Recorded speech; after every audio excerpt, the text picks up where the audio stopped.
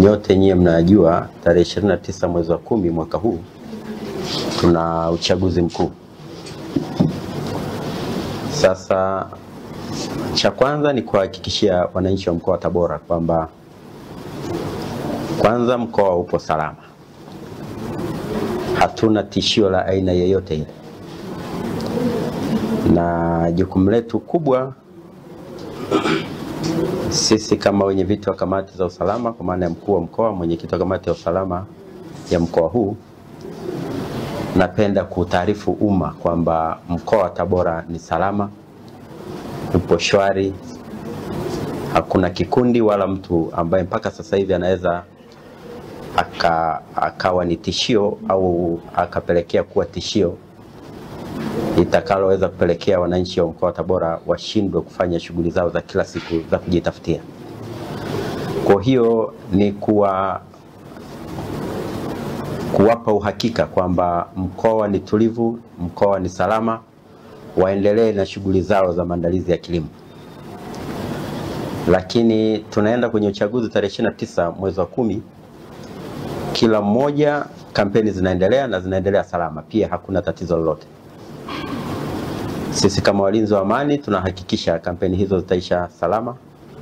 Hakutakuwa na kampeni ya mgombea yeyote, awe ni udiwani, ubunge au urais wa chama chochote kile, ambaye atashindwa kufanya kampeni zake kwa sababu ya vurugu au watu wamempelekea vurugu au wamemletea vurugu ya aina yoyote.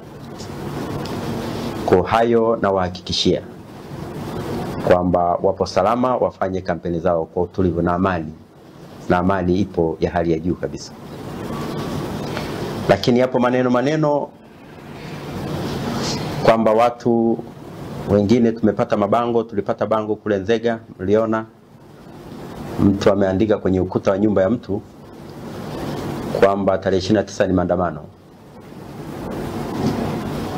Niwahakikishie wananchi wa mkoa wa Tabora, watu wajitokeze kwenda kupiga kura, wajitokeze kwenye vituo vya kupigia kura bila hofu wala wasiwasi.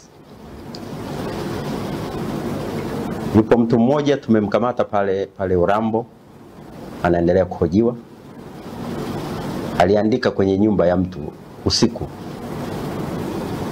Sasa vyombo vyetu tunayo intelligence imara sana. Walimkamata asubuhi yake, anaandika kwenye nyumba ya mtu kwamba usiende kupiga kura, naenda kwenye maandamano tarehe 29. Sasa anaendelea kuhojiwa na vyombo vyetu vya usalama. Nikaona niwahabarishe umma kwamba matendo ya namna hiyo yaliyo na mwelekeo wa aina hiyo yote ni batili.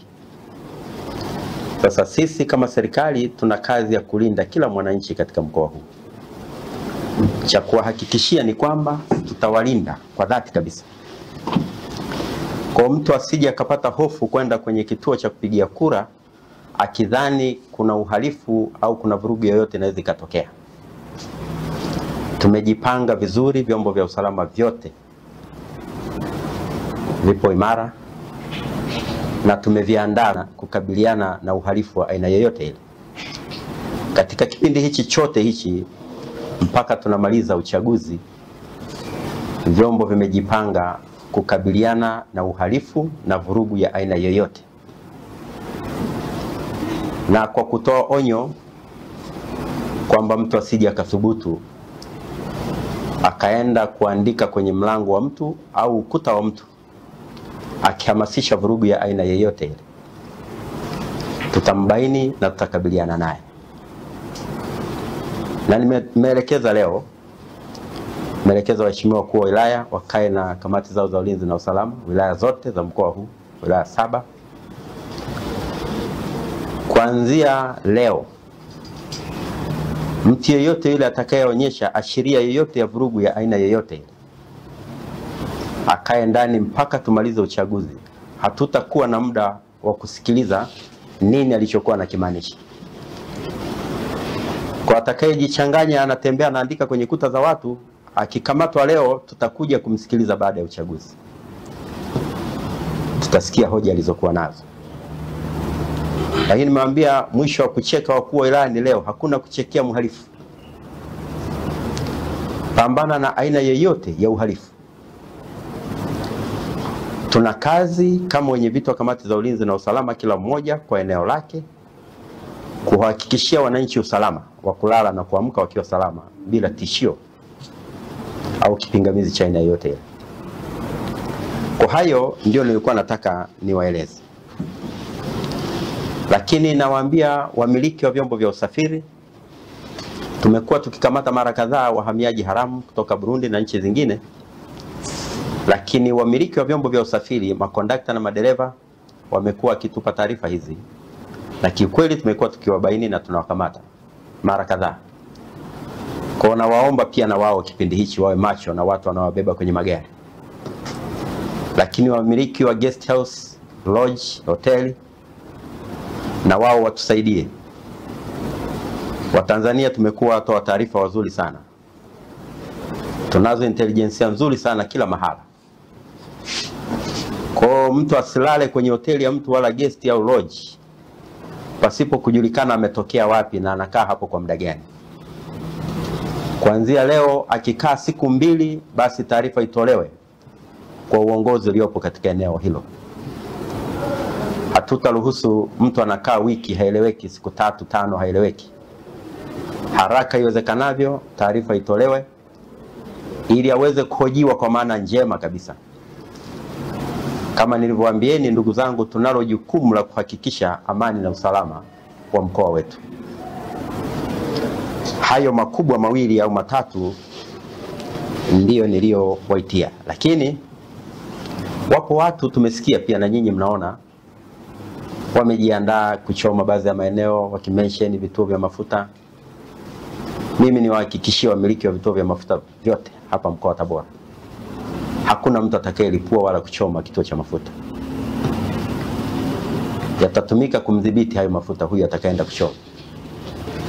Kwa hiyo akienda kuchoma wao wamejiandaa.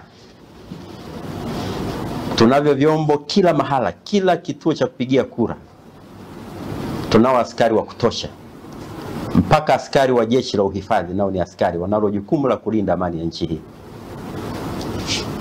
Wote kipindi hichi chote watahakikisha kila eneo lipo salama. Na vikosi vyote mnavyovijua ambavyo vipo katika mkoa huu vitahusika kuleta amani, kuweka usalama wa wananchi wa mkoa wa Tabora. Ya kwangu ya leo ni haya. Mkuu wa chuo cha Kilimanjaro Institute of Technology and Management kilichopo Mwenge jijini Dar es Salaam chenye ithibati na usajili wa NACTVET namba REG/ANE/029 anapenda kuwatangazia nafasi za masomo kwa ngazi ya diploma na certificate kwa muhula wa masomo utakaoanza Oktoba 2025 katika kozi za IT, Hotel and Tourism Management, Front Office, Business Administration, Accountancy, Procurement and Supply. Chuo kimebobea katika ufundishaji kwa njia ya vitendo na kimeweza kutoa wanafunzi wenye weledi. Wengi wameajiriwa ama kujiajiri, na kwa wale ambao wameamua kuendelea na degree wameweza kujiunga na vyuo vikuu bora hapa nchini na nje ya nchi. Pia kuna kozi fupi za computer application, graphic and design, video production pamoja na CCTV camera. Kwa maelezo zaidi piga simu namba 0717816034 au 0754864361. KITM, elimu na ujuzi kwa uchumi imara.